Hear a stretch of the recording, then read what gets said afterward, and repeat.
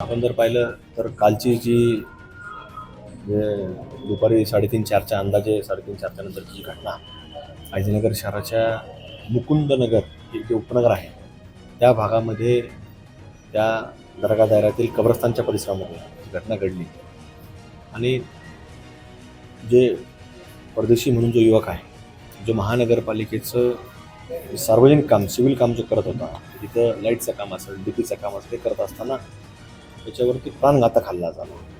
अद्याप आपण जर तो पेशंट जर पाहिला तर निश्चितच त्याची प्रकृती अजूनही चिंताजनक आहे आणि डॉक्टरांनी देखील चिंताजनक परिस्थिती सांगितलेली.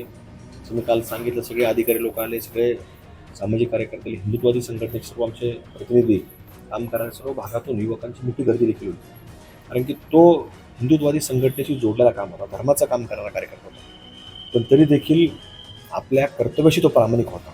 म्हणून तो कर्तव्य प्रामाणिक असताना देखील कब्रस्तानमधलं काम करत होता.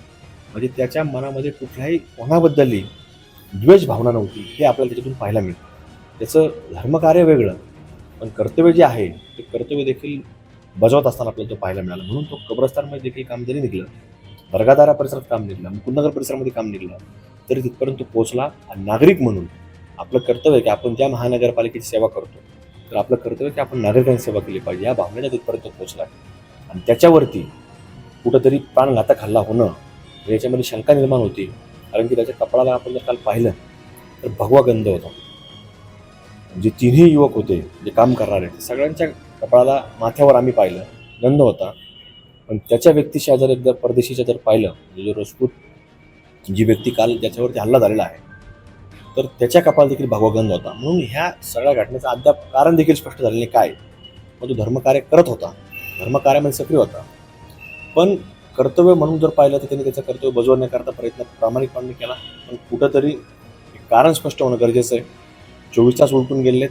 पोलिसांनी सांगितलेलं की आरोपी आम्ही कोर्टामध्ये आणणार आहेत. म्हणजे त्याच्यामध्ये कुठेतरी प्रगती झाली असावी. त्यांनी पूर्णपणे माहिती दिली नाही. तो असू द्या, तपासाचा भाग असतो, फार आपल्याला त्याची माहिती नको, पण आरोपी सापडणं, त्याला कठोर शासन होणं आणि आपण जर पाहिलं तर आम्ही त्याच्यावरती हे जे लोक आरोपी आहेत जे काय नावं निष्पन्न होत आहेत, समोर येत आहेत, चर्चेत नाही येत आहेत, हे देखील समोर आलेलं आहे की ते फिलिस्तीनचं काही समर्थन करणारी लोक याच्यामध्ये आहेत असं आपल्याला पाहायला मिळतं आहे, ऐकायला मिळतं आहे. आणि भारताच्या बद्दल त्यांना कुठंही आत्मीयता नाही. फिलिस्तीनचं भारतात राहायचं आणि फिलिस्तीनचं समर्थन करायचं. अरे त्याला नगरचं माहीत नाही, जिल्हा माहीत नाही आणि त्याला फिलिस्तीन कसा माहिती होतं हेच मला समजत नाही. त्याच्यामुळे हे प्रवृत्ती आणि याच्या मागं आमचा दाट संशय आणि तो संशय संशय नाही, त्याची पोलिसांनी तपास केला पाहिजे. कारण की त्यांनी सांगितलं दुपारच्या सत्रामध्ये तिथे गेले होते, म्हणजे 1-1:30च्या नंतर असं अंदाजे. शेवटी रेकॉर्डवरती काय पोलीस काय घेतात माहिती नाही, पण अंदाजे असं सांगितलं 1-1:30च्या दरम्यान ते तिथे पोहोचले आणि दुपारी 4च्या नंतर ही घटना घडलेली आहे. म्हणजे जवळपास 3-3 तास तिथं असताना म्हणजे याच्यामध्ये कुठेतरी याचं प्लॅनिंग घडलेलं आहे. त्यामुळं फक्त हल्ला नाही तर हल्ल्याच्या मागं कट रचणारे लोक आहेत, तर ह्यांचा तपास झाला पाहिजे. काही पोलीस कर्मचारी देखील याच्यामध्ये आढळण्याची शक्यता नाकारता येत नाही. त्याच्यामुळं याच्यावरती योग्य तपास होणं गरजेचं आहे. मुख्य आरोपी जे तिथं मुकुंदनगरमध्ये फार पैशाचा जोर दाखवतात, ताकदीचा जोर दाखवतात, असे देखील लोक याच्यामध्ये आहेत का यांचा देखील तपास होणं गरजेचं आहे. आणि पोलिसांकडे आम्ही मागणी करणार आहे. उद्या जर आम्हाला त्याच्यामध्ये कळालं की हे वगळले, पोलिसांनी तपास नाही केला, तर आम्ही त्याच्यावरती देखील आवाज उठवणार आहेत. पण याच्यामध्ये ताकदवान जे लोक त्या भागामध्ये सांगतात ते ताकदवान नाही आहेत, ते शेवटी कोले आहेत. पण वाघाचं कातडं घेऊन फिरणारे जे लोक आहेत तर त्यांचे तपास देखील याच्यामध्ये होणं गरजेचं आहे.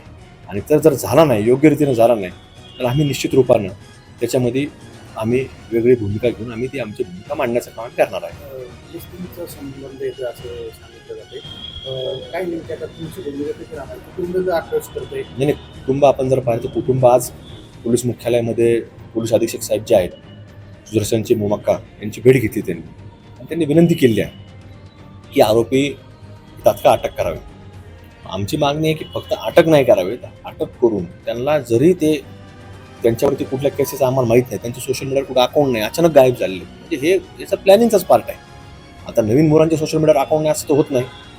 मुलींचे सोडून नाही, आपण मुली समजू शकतो की खाजगी विषय असतात, मुली काही फार अकाउंट बनवतात असंही नसतं. पण मुलांचे बऱ्यापैकी 99% हे मुलांचे अकाउंट असतातच.